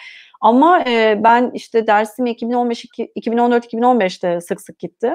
Hatta çözüm süreciydi. Ya ben kızımı bile götürdüm de böyle bayağı gezdik falan çok güzeldi. Sonra 2015'te tabii hani o sürecin bitmesiyle beraber benim için de hani Dersim'e gidiş gelişlerim orada kestim artık. Ya zaten görüşmelerim de 60'a yakın hani bitmişti. Sonra kestim ve hani oturup yazmaya koyuldum. Zaten ondan sonraki süreç zordu. Hani benim gidebileceğim gibi bir süreçte değildi pek. Sonra tekrar gitmem Dersim'e 2019'un yani geçen sene bu zamanlardı. Ya da bir ay önce falan işte. Çok şaşırdım. Yani yanımda da 2 kişi vardı gittiğim zaman. Bir tanesi Amerikalı, Hint asıllı Amerikalı. Burada benim şimdiki projemde benimle beraber çalışan bir master öğrencisiydi. Bir de başka bir arkadaşım daha vardı ve inanamadım yani böyle şey gibi oldum. VIP Tuncelilerle otobüs. Bir kere zaten VIP Tuncelilere şaşırdım. Çok gelişmişler. Yepyeni böyle süper gıcır gıcır arabalar falan. Yani ama sonra mesela daha girişte kontrol, tek tek kimlikler toplandı, bayağı bir bekledik falan. Ben gidip geldiğim süreçte, çözüm sürecinde bir tek o Ovacık yolunda böyle çok kıytırık bir şey vardı. Bazen bakıyorlardı, genelde bakmıyorlardı falan. Şimdi öyle değildi gittiğimde. Sonra zaten girer girmez yani Martin beni uyarmıştı. Demişti ki Pınar çok şaşıracaksın yani hani üzülme gittiğin zaman ışıkları bir şeyleri göreceksin. Dikkat et hani hazırlıklı ol demişti. Gerçekten de yani şehre girerken o ışıklar, o garip garip koydukları şeyler, bütün o karayollarının koyduğu ışıklandırmalar, oradaki lale motifleri her yerde her bir lale motifinin ortasında bir Türkiye bayrağı. Yani o kadar böyle gözüne sokmuşlar hani biz buradayız, biz devletiz, biz buradayız o kayyum süreçleri falan tabii. Öyle bir yapmışlar ki yani çok çok işte Recep Tayyip Erdoğan Hatıra Ormanı ve ben orman yangınları çalışıyorum ve aslında hani biliyorum ki 2015 sonrası oradaki çatışma sayısı arttığı şekilde yani o grafik nasıl yukarı gidiyorsa çatışma grafiği orman yangını grafiği de öyle gidiyor yukarıya. Hani bu tesadüf olamaz tabii ki. Yani çünkü eğer orman yazın sıcaktan yanıyorsa yine 2015 ve 2013-14 arasında çok fark olmaması lazım. Böyle bir şey yok. Dolayısıyla o tabii gördüğüm şey beni üzdü. Hani üzücüydü gerçekten. Çok farklı gördüm. Değişmiş. Yine neyse hani hatta yazdım da bunu bir yerde kendi kendime. Hani Seyit Rıza'yı oradan neyse kaldırmamışlar dedim. Sonra ben döndükten bir süre sonra kaldırın onu oradan falan diye böyle birileri bir şeyler söyledi. Neyse hani hala duruyor. Hani yüzleşememe meselesine yine gelince aslında müze yapılacaktı hani. O müzeyle ilgili hiçbir şey yok. Ben böyle ufak bir açılış yapmışlar sanırım. İçinde Dersim 38 namına hiçbir şey yok. Yani orada devlet tekrar hani bir hakimiyetini kurmuş. O belli. Yani o şeyler de çok kötüydü. Baya baya checkpointler var, güvenlik şeyleri ve onlar da çok değişmiş. Yani eskiden dediğim gibi orada bir kulübe olurdu falan, bazen durdururlardı, bazen durdurmazlardı, geçerdiniz. Şimdi öyle değil ki, mantarlar baya baya orayı hani betonu dökmüşler. Zikzak yaparak geçiyorsunuz, mantarlar iniyor kalkıyor falan, çok daha değişik. Yani barış sürecinde evet, yani orada barış dendi ama bir baktık ki her köşeye, her tepeye bir tane kale kol dikmişler. Evet, o süreçte de hiç orada bir azalma olmadı tabii, kale kollarda, kule kollarda. Biraz önceki soruma tekrar dönecek olursak, hani dersimi uzun zamandır hani işliyorsun, gidip geldin, birçok kaynağı araştırdın ve röportajlar yaptın. Dersimlerin hafızasında bir değişim görüyor musun? Hani o isyan tezinden çıkabildi mi? Bazıları tabii ki, bütün hepsini Evet, kapsadı. evet, onu demeye söylemek. Bir değişim gözlüyor musun? Şimdi biraz önce Dersim'in daha çok kentsel değişiminden bahsettin AKP sürecinde. Peki Yani hani dair dersin değişimler izliyorsun? Dersimlerin ya ben görüşme yaptığım zaman da Dersimliler şey konusunda çok netlerdi. Yani e, Dersimin ne olduğu konusunda, onun bir isyan falan olmadığı konusunda ben görüşme yaparken de çok netlerdi. O konuda bence bir netlik zaten var. E, Ama hani onlar bana, tabii ki ben onlara süreci sorduğum için, süreci anlatırken hani sol hareketler böyle girdi, sonra Kürt hareketi böyle dedi falan gibi anlatıyorlardı, ama bence kendileri artık çok daha netler, çok daha, yani zaten netler, biliyorlar ne yaşadıklarını, biliyorlar yani. Hani bunun bir isyan falan olmadığının, bunun bir soykırım olduğunun bence zaten çok farkındalar, ama senin de bir ara söyledin konuşurken, yani bazıları bunu söylemeyi tercih etmiyor. Çeşitli nedenlerle, belki buna da anlayış göstermek lazım yani. Hepimiz zaman zaman bir otosansür uyguluyoruz kendimize. Ben geçenlerde buna benzer bir şey söyledim Twitter'da diye bayağı bir linç yedim. Linç yeme lafını da sevmiyorum, ama ya bayağı bir sert eleştirildim. İşte ne oluyormuş da sen İsveç'te neden korkuyormuşsun da falan. Öyle değil yani. Hepimizin ailesi var, sevdikleri var. Gelip gitmek istediğimiz, ziyaret etmek istediğimiz insanlar var. O otosansür, o baskı hepimizin üzerinde. Az ya da çok. Zaman zaman azalıyor, zaman zaman artıyor, ama hepimizde var elbette. Şimdi bir saati doldurduk, aslında bir karar almıştık. Bir konuk olursa 60 dakika, iki konukta 90 demiştik, ama biz biraz pozitif ayrımcılık yapalım. Biraz da başında bunu da yaptık. Ben de arada muhabbete katıldım. Bu arada Lolanlar bana kızmasınlar. Çok çok güzel oldu bence. Sürekli takılırlar onunla ilgili de, o yüzden oradan biraz önce örnek aklıma geldi. Bir şeyi sormak istiyorum. Senin şu an üstünde çalıştığın bir proje var. Hani toparlayacak olursak, diğer konularla ilgili söylemek istediğim bir şey varsa tabii ki buyur. Şu an çalıştığım proje, Dersim'le o aradaki bağla ilgili biraz önce bir iki ufak örnek verdim. Onu anlatmak ister misin ve ne paralellikler görüyorsun? Tabii tabii. Ya aslında bu bir Marie Curie Avrupa Birliği fonlu bir proje. Lund'a başvurdum bu proje için. Ve aslında başvururken çıkış yeri de, fikir Dersim'de. Dersim'de orman yangınları vardı ve ben dedim ki kahretsin, yine yakıyorlar. Ve oradan bu proje gelişti. Proje FIRE, onun da böyle bir uzun şey var İngilizce, Fighting Insurgency, Ruining the Environment, yani e, e, ne denir insurgency'nin Türkçesine? Hareket, Çok iyi değil güzelim. isyan da değil de, ay ne denir bilemedim şimdi. Neyse, hani bir şekilde mücadele ve o sırada da doğayı mahvetmek falan gibi bir şey. Yangına çıkıyor İngilizcesi kısaltmayla. Bu proje şey üzerine aslında, yani çatışmalarla orman yangınları arasında bir ilişki var mı? Dönemler birbirine benziyor mu? Aynı dönemde mi artıyor? Bunu da yaparken çeşitli yöntemler kullanıyoruz. Bu projenin en hani bence kıymetli özel tarafı, uydu datalarını kullanıyoruz. Oradan resimlerle, GIS dediğimiz bir sistem ve remote sensing dediğimiz bir sistemle, uydu görüntülerinden haritalandırarak nerelerde yangın çıkmış, ne olmuş, onlara bakıyoruz. Sayılarını anlamaya çalışıyoruz. Başka veri tabanlarından işte çatışmayı anlamaya çalışıyoruz. Çatışmalar, sayılar nasıl artmış falan. Elimizdeki bu istatistik verilerden ve topladığımız ve bizim kendi haritalandırdığımız şeylerden bunun bir haritasını çıkarıyoruz. Onun dışında ben tabii siyaset bilimci, sosyal bilimci olarak ben de bunun nasıl tartışıldığına bakıyorum. Bu konunun nasıl konuşulduğuna. Hani Mesela valilikler nasıl açıklama yapıyor, devlet nasıl açıklama yapıyor, oradaki örgütler, kurumlar nasıl açıklama yapıyorlar, bu gazetelere nasıl yansıyor, sosyal medyaya nasıl yansıyor.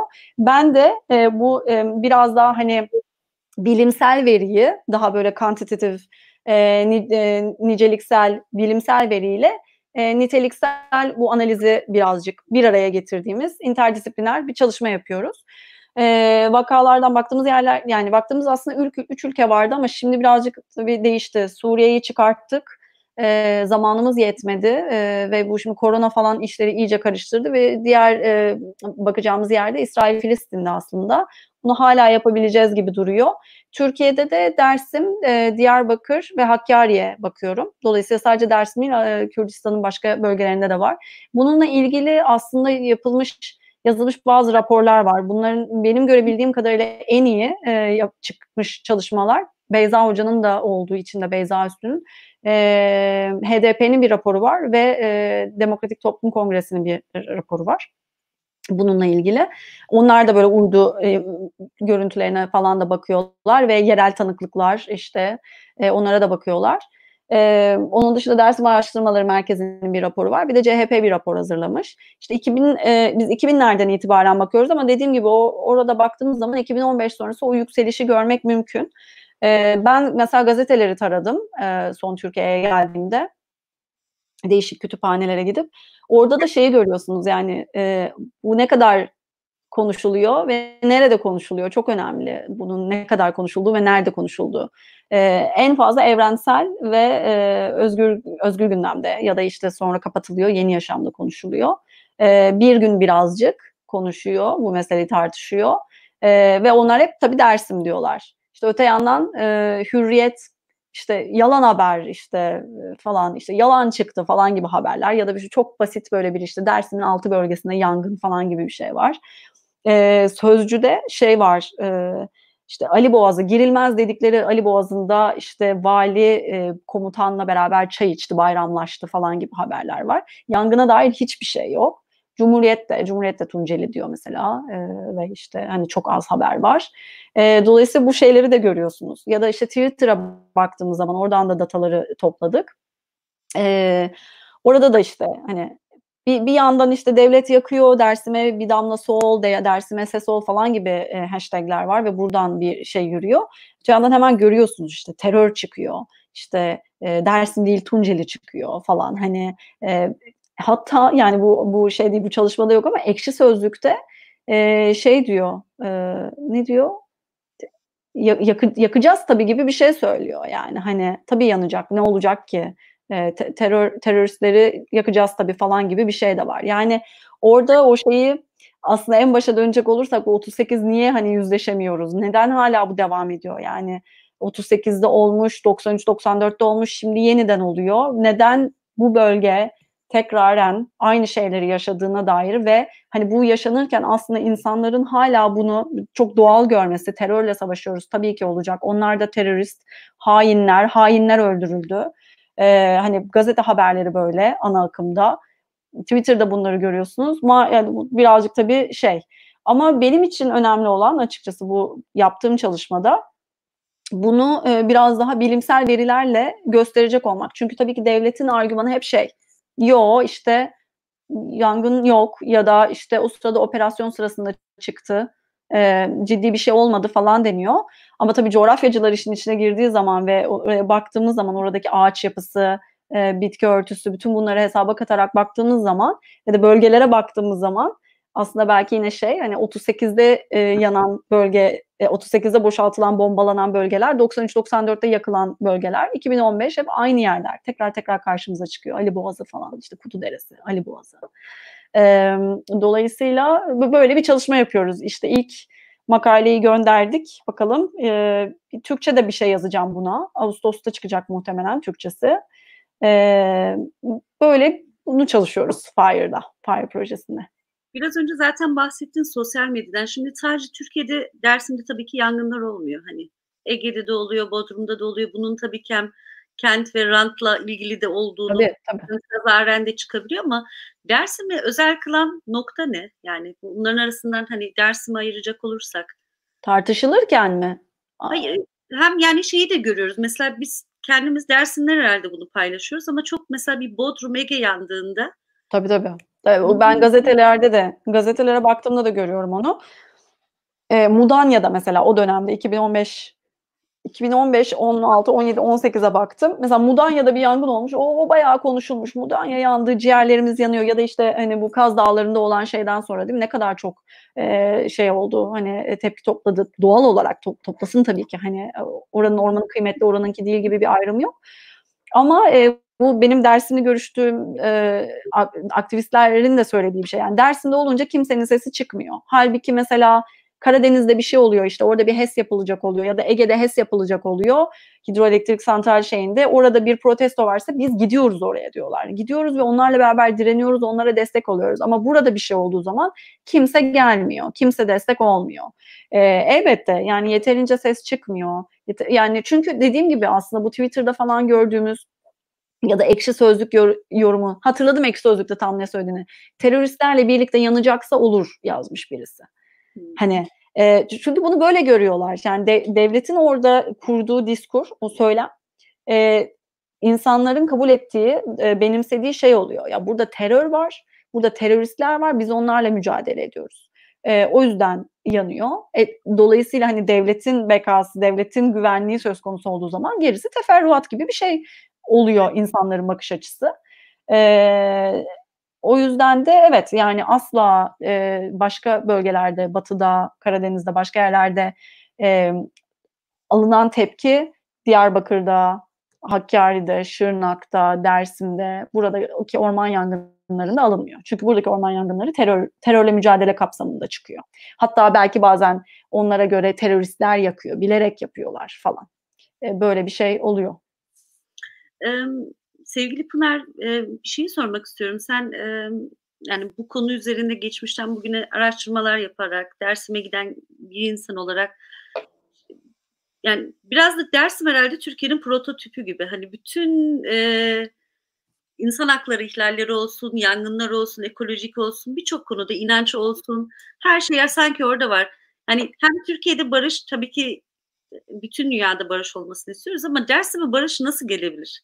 Dersim'in hani kendi içindeki sen o kimlik ve kargaşaların aslında bir gün başka bir tekrar olarak seni o konuları da tartışmak isterim ama Dersim biliyorsun çok normal bir yer değil. Hani bir gazetecinin makalesini okumuşum. Şimdi ismi aklımda değil. Dersim'e gittiğindeki izlenimlerini yazmıştı. İşte o kontroller, şunlar bunlar falan. Ve birçok insan Dersim'e gitmeye korkuyor. Hatta Dersimler bile korkuyorlar. Özellikle çatışma süreçlerinde. Peki Dersim'e barış nasıl gelecek? Yani Dersim içerisindeki o çatışma ortamını nasıl yıkabiliriz?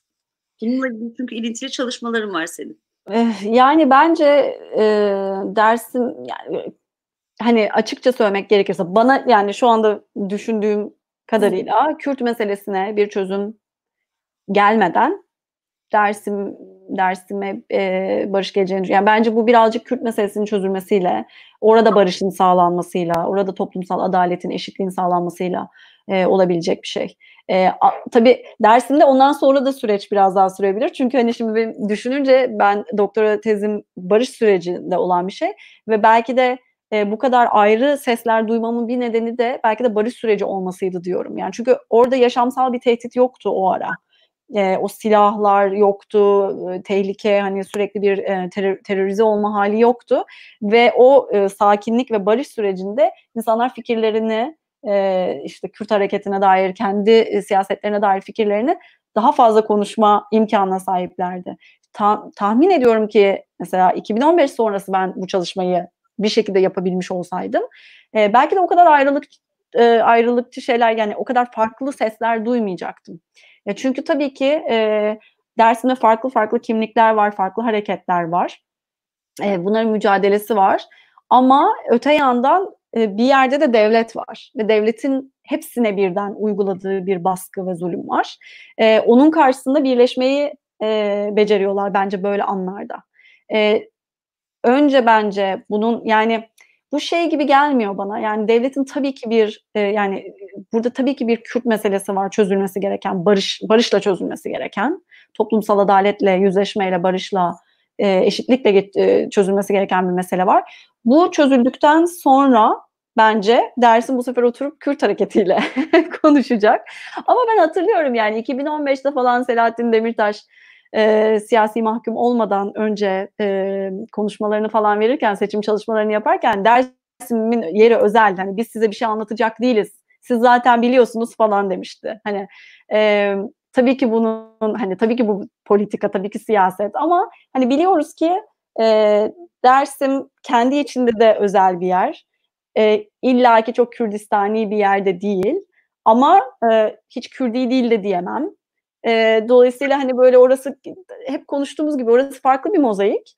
Ama zaten toplumsal barış sağlandığı noktada orada da bir hani barış olacağını düşünüyorum ben açıkçası. Bu oturup konuşarak inançsal özgürlüklere, dilsel özgürlüklere saygı duyulduğu ölçüde olacak elbette.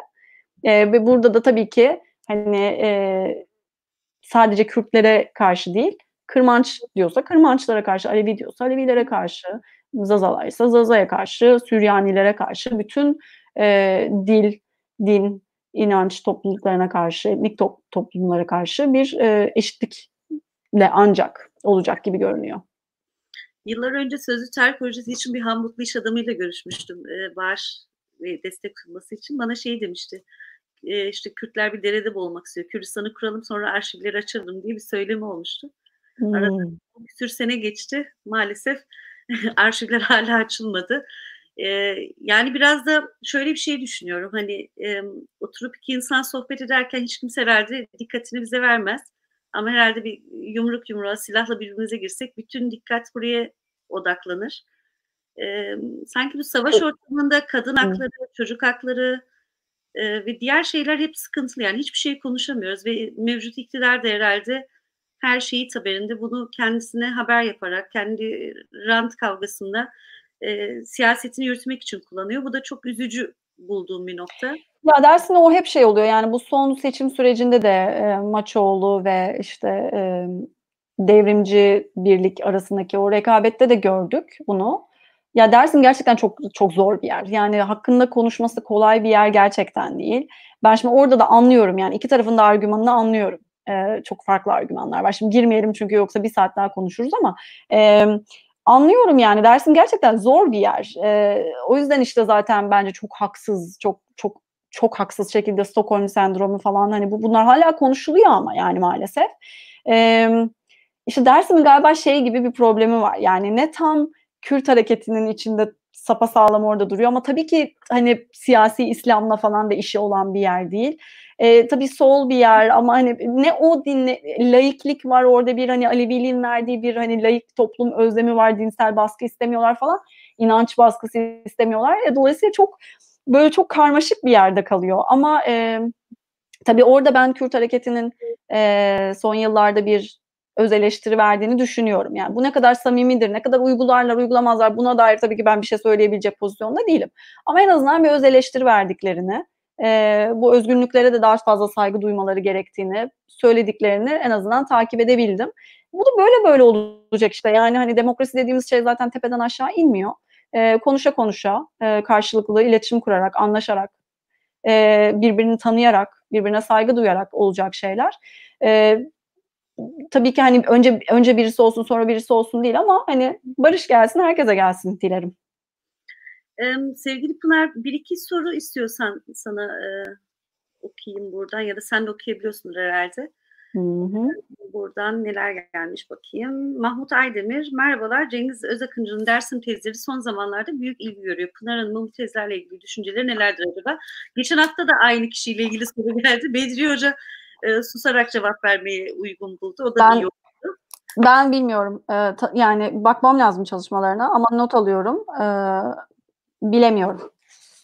Kendisi bu Almanya'da yayınlanan bir haber vardı biliyorsun. Kısa bir belgesel, zehirli gaz belge alımı ile ilgili. Ondan sonra zannedersem ceviz kabuğuna çıkmıştı.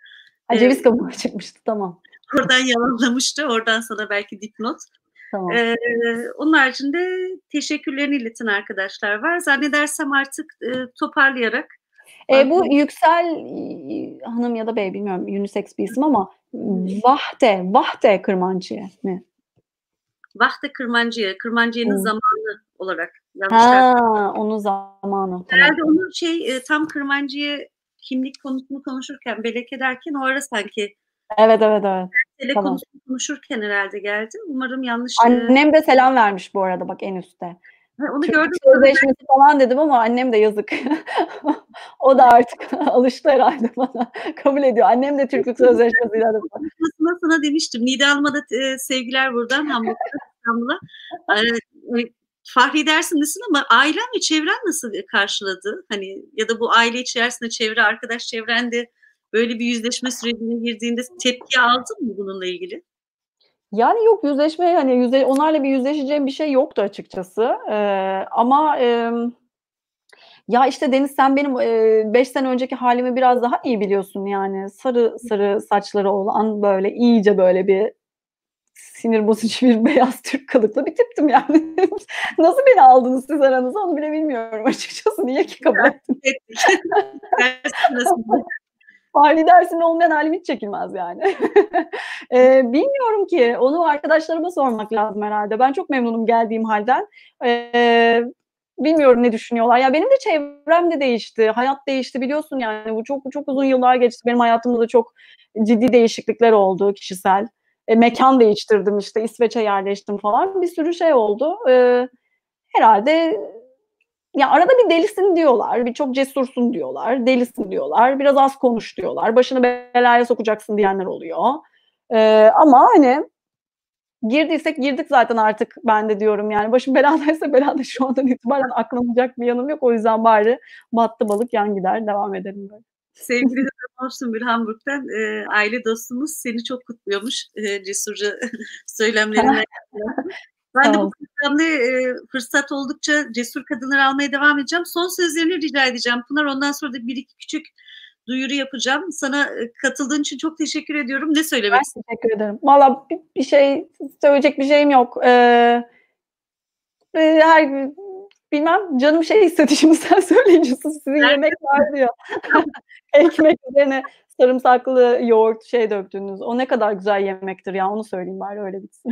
O zaman sana küçük bir şey söyleyeyim. Bizim bir yemek grubumuz var Facebook'ta ve arkadaşlarım beni eklemiş. Bir baktım abi bir sürü arkadaşım var orada neyse. Dedim ne paylaşayım. Dedim Dersim mutfağından bir şey paylaşayım dedim ki ilk gariban Dersim mutfağında. Tabii orada zaman zaman Dersim kelimesini kullanınca bayağı bir saldırı yoruyorum. Sağ olsun arkadaşlar çok adaletliler. Çok enteresan sohbetler de çıkıyor yani yemek üzerinden bile. Orada işte ben biraz tarihsel sürecine hafif böyle göndermeler yaptım o paylaşımı yaparken işte Dersim mutfağı. Çünkü ben 15-16 yaşındayken Dersim yemek kitabı çıkarmak istiyordum. Bir baktım fazla analiz yok. Araştırmalar bugün inşallah Şükran Dilek Yılmaz'ı alırım. Şimdi paylaşmayayım. Belki bana kızmasın. Sır olarak bana söylemişti bir şeyler. Onun tamam. Çalışmaları var. Yani çok enteresan yani yemek kültürü bile çok ilginç kendi içinde. Umarım bir gün seninle Dersim'de köyde orijinal zerfet yeriz. Avrupa'da değil. Evet. Umarım yeriz. Bir de muzur özgür aksın diyelim bari. Evet. Onunla ilgili de bu arada çok fazla biliyorsun Dersim'de hem taş ocağıyla ilgili birçok paylaşım görüyorum. İşin ehli kişilerle de görüşmek gerekiyor. Aslında barajlar ve farklı konuları da konuşmak istiyorum ama orada bile Dersimler ikiye bölünmüş. İşte Beyza Hoca içer. Neyse bunu söyleyeyim. Açıklama yapıyor, biri şey yapıyor. Zaten senden uzun bir liste alacağım. Barış izliyorsa biz orada izleyecekse kitabı bende var. Okuyayım, ödevlerimi hazırlanayım. Ondan sonra kendisini konuşacağım. Bu arada korona günlerindeyiz. Maalesef birçok arkadaşın tabii ki maddi sıkıntıları da var ama hep kitap evleri her zaman herhalde yayın evleri, kitap evleri her zaman sıkıntılıydı. Ben buradan zaman zaman bununla ilgili çağrılar yapıyorum sosyal medyada. Dersim'de Baran Kitapevi var, Serkan arkadaşın kitapevi var. Antik'te Antik diyorum, Tarsus'ta Antik Sahaf kitapevi var. İsmail abi yakında onu konuk alacağım. Benim çok zahmetimi çekiyor çünkü kitaplarla ilgili. Zaman el verdikçe böyle programın başı ya da sonunda küçük küçük kitaplar tanıtmak istiyorum. Biraz önce işte rahmetli Mehmet Yıldız'ın Dersim'in etnokültürel kimliği ve 1937-38 Dersim Tertibesi isimli kitabını tanıttım. Şöyle tutayım. Çivi Yayınları'ndan. Barış Ünlü'den bahsettik ama daha okumadım. Bu arada kitabı da çok önemsiyorum. Buradan Mesut Asmen Keskin'e Sevgilerimi yollayayım. Birçok kurs veren arkadaş bu kitabı kullanıyorlar. Sasaki für Anfänger und Anfänger. Hem Almanca Kırmançki dili var hem de Türkçe Kırmançki. Bu arada online dersler de veriliyor. Eğer kitabı edinmek istiyorsanız ya da evinizde disiplinliyseniz, çalışmak isterseniz tabii ki başka arkadaşların da değerli çalışmaları var. Bununla ilgili de bu ara çok paylaşımlar oluyor ve arkamda hemen Devrim arkadaşımızı yakında alacağız. Şu iki kitabı da tanıtayım. Bunlar böyle bir hali.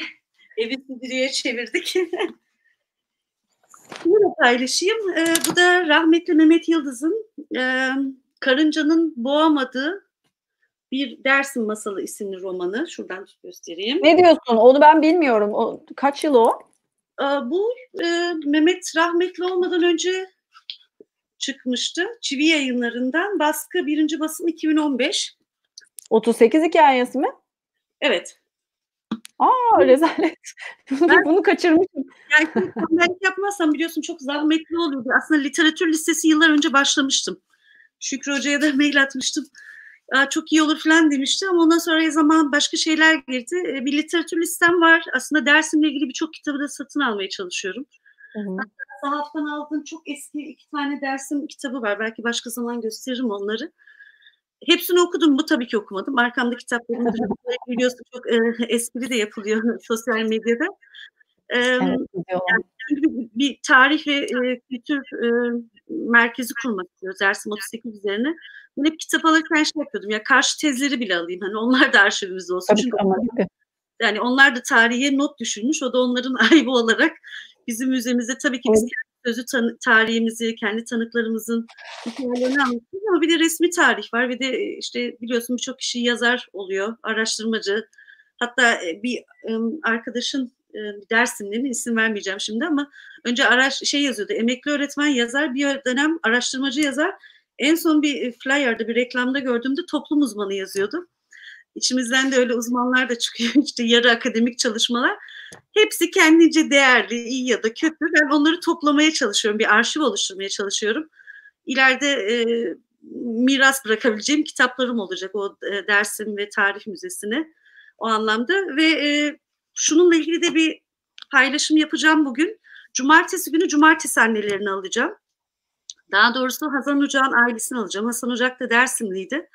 Ve cumartesi annelerinin ilk Galatasaray Meydanı'nda buluşmasında öncülük eden bir aile, Ocak ailesi. Abisi Hüseyin Ocak ve kız kardeşi Aysel Ocak cumartesi günü konuğum olacaklar. İleride hafta da İHA'da İstanbul Şube Başkanı Gülseren Yöler'i misafir edeceğim. Bu hafta daha doğrusu 17 ve 31 Mayıs arası kayıp haftası.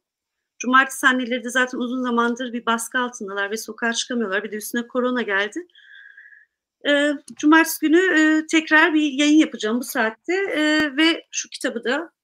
Ya evet, bu Zeynep Türk Yılmaz bir Ağustos'ta yazdı değil mi yanılmıyorsam. Sonra neredeyse eş zamanlı da Devrimler bunu bastılar. Bende de var. Devrim sağ olsun verdi bana bir kopya.